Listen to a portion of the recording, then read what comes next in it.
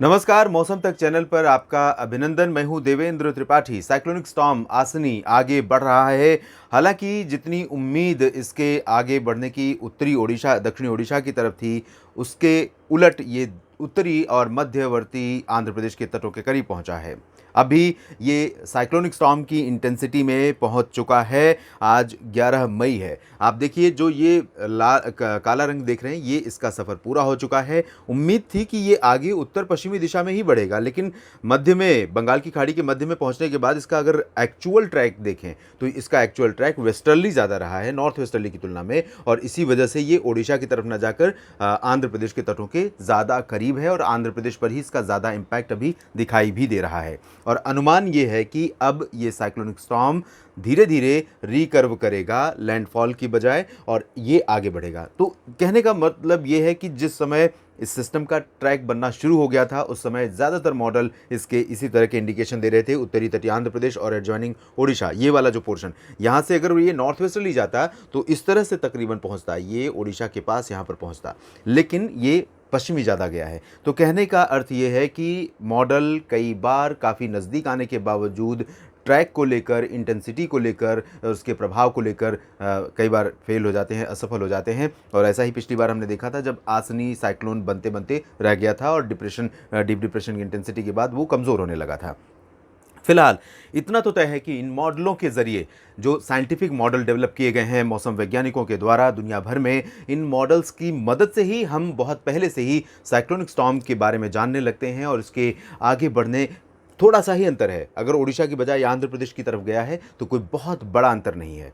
तो ये प्रिपरेशन के लिए कोस्टल आंध्र प्रदेश, ओडिशा के तटों की तरफ एनडीआरएफ या अन्य जो राहत एजेंसियां, उनकी तैयारियों के लिए, लोगों को जो दुर्घटना संभावित क्षेत्रों में रहते हैं, तूफान प्रभावित क्षेत्रों में रहते हैं, उनको सुरक्षित बचाने के लिए उपाय किए जाने लगते हैं और इससे जान और माल के नुकसान को बहुत कम किया जा सका है। तो ये बहुत बड़ी उपलब्धि है अपने आप में। एक्यूरेसी, जैसे जैसे हम आगे बढ़ेंगे, मॉडलिंग, गणितीय मॉडल, जो मैथमेटिकल न्यूमेरिकल मॉडल्स होते हैं, उनमें और एक्यूरेसी आएगी और हमारे पास और सटीक जानकारियां इस तरह के मौसमी बदलावों की या प्राकृतिक आपदाओं की हो सकता है पहले से रहें, जिससे हम और तैयारी से और सजगता से मुकाबला कर पाए।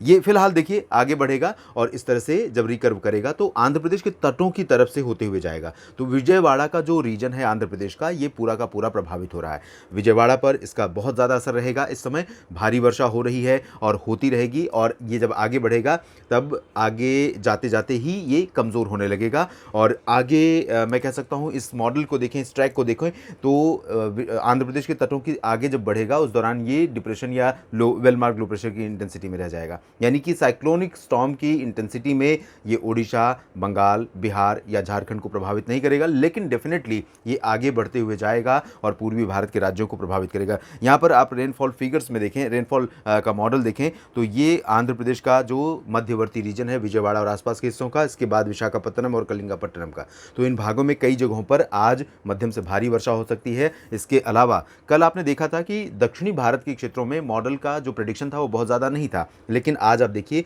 कि एक्चुअल कंडीशन ये है। इस समय कोस्टल कर्नाटक और इंटीरियर कर्नाटक के साथ साथ केरल, रायलसीमा, तमिलनाडु और साथ ही साथ तेलंगाना के भी कुछ इलाकों में काफ़ी ठीक ठाक बारिश होने की संभावना है। आंध्र प्रदेश में लगभग सभी जगहों पर बारिश होगी। मुंबई समेत महाराष्ट्र के कोंकण, गोवा और गोवा में भी बारिश की संभावना है। दक्षिणी मध्य महाराष्ट्र और दक्षिणी मराठवाड़ा के रीजन में भी थोड़ी बहुत बारिश हो सकती है। छत्तीसगढ़, ओडिशा में भारी बारिश, मध्यम से भारी बारिश होगी, तेज़ हवाएं चलेंगी। गंगेय पश्चिम बंगाल और ये झारखंड का हिस्सा है, ये बिहार का रीजन है, इन भागों में काफ़ी तेज़ बारिश की संभावना है। उसके अलावा पूर्वोत्तर भारत के राज्यों में आप देखिए मध्यम से भारी वर्षा यहाँ पर कई जगहों पर हो सकती है। मेघालय और असम के कुछ इलाकों में तथा मणिपुर, मिजोरम और त्रिपुरा के कुछ हिस्सों में सामान्य जनजीवन को प्रभावित करने वाली बरसात आज हो सकती है। इधर हम बात करें उत्तर प्रदेश समेत उत्तर भारत की, तो उत्तर प्रदेश के तराई क्षेत्रों में हवाओं का रुख पूर्वी रहेगा, बंगाल की खाड़ी की तरफ से आएंगी मॉइस्चर लेकर, तो यहाँ पर बारिश हो सकती है। उत्तराखंड में बारिश होगी और पश्चिमी उत्तर प्रदेश के तराई वाले रीजन में भी थोड़ी बहुत वर्षा हो सकती है, बहुत लिमिटेड प्लेसेस पर, इंटेंसिटी बहुत कम रहेगी। और इसके अलावा हिमाचल प्रदेश में भी हल्की वर्षा संभावित है। जम्मू कश्मीर में बारिश फिलहाल लाइट होगी, उत्तरी इलाकों में वो भी, और गिलगित बाल्टिस्तान, मुजफ्फराबाद में बारिश के आसार हैं। पंजाब, हरियाणा, दिल्ली, इन क्षेत्रों की बात करें तो यहाँ पर दो हवाएं हैं। एक तरफ आप देखिए देखिए शुष्क और गर्म हवाएं हैं पश्चिमी दिशा से, दूसरी तरफ आर्द्र और अपेक्षाकृत पश्चिमी हवाओं की तुलना में थोड़ा कम गर्म हवाएं हैं ये जो बंगाल की खाड़ी की तरफ से आ रही हैं। तो ये दो अलग अलग दिशा की हवाओं के यहाँ टकराने से पंजाब, हरियाणा और दिल्ली के बीच ये यहाँ तक आगरा समेत दक्षिण पश्चिमी उत्तर प्रदेश के क्षेत्रों में भी कुछ जगहों पर इस तरह के डेवलपमेंट हो सकते हैं, लेकिन ज़्यादा संभावना आगरा, लखनऊ या कानपुर समेत जो सेंट्रल यूपी है उनमें नहीं है। लेकिन आइसोलेटेड प्लेसेस पर हम रूल आउट नहीं कर सकते। बात राजस्थान, गुजरात और मध्य प्रदेश के पश्चिमी हिस्सों की करें तो राजस्थान के अधिकांश इलाकों में चूरू, गंगानगर, हनुमानगढ़ से लेकर जयपुर, अजमेर, अलवर, भरतपुर, झुंझुनू, सवाई माधोपुर समेत जैसलमेर, बाड़मेर और जोधपुर यानी कि दक्षिण, पश्चिम, पूरब, उत्तर सभी जगहों पर गर्म हवाओं का असर रहेगा। हवाएं काफ़ी तेज रहेंगी, 20-25 किलोमीटर प्रति घंटे की रफ्तार की, और ये हवाएं अगले 3 दिनों तक चलने वाली हैं। मैं आपको बता दूं, यानी 11, 12 और 13 मई तक लगातार हवाएं चलेंगी। तो लू का प्रकोप राजस्थान के सभी जगहों पर रहेगा। यही हालात रहेंगे गुजरात में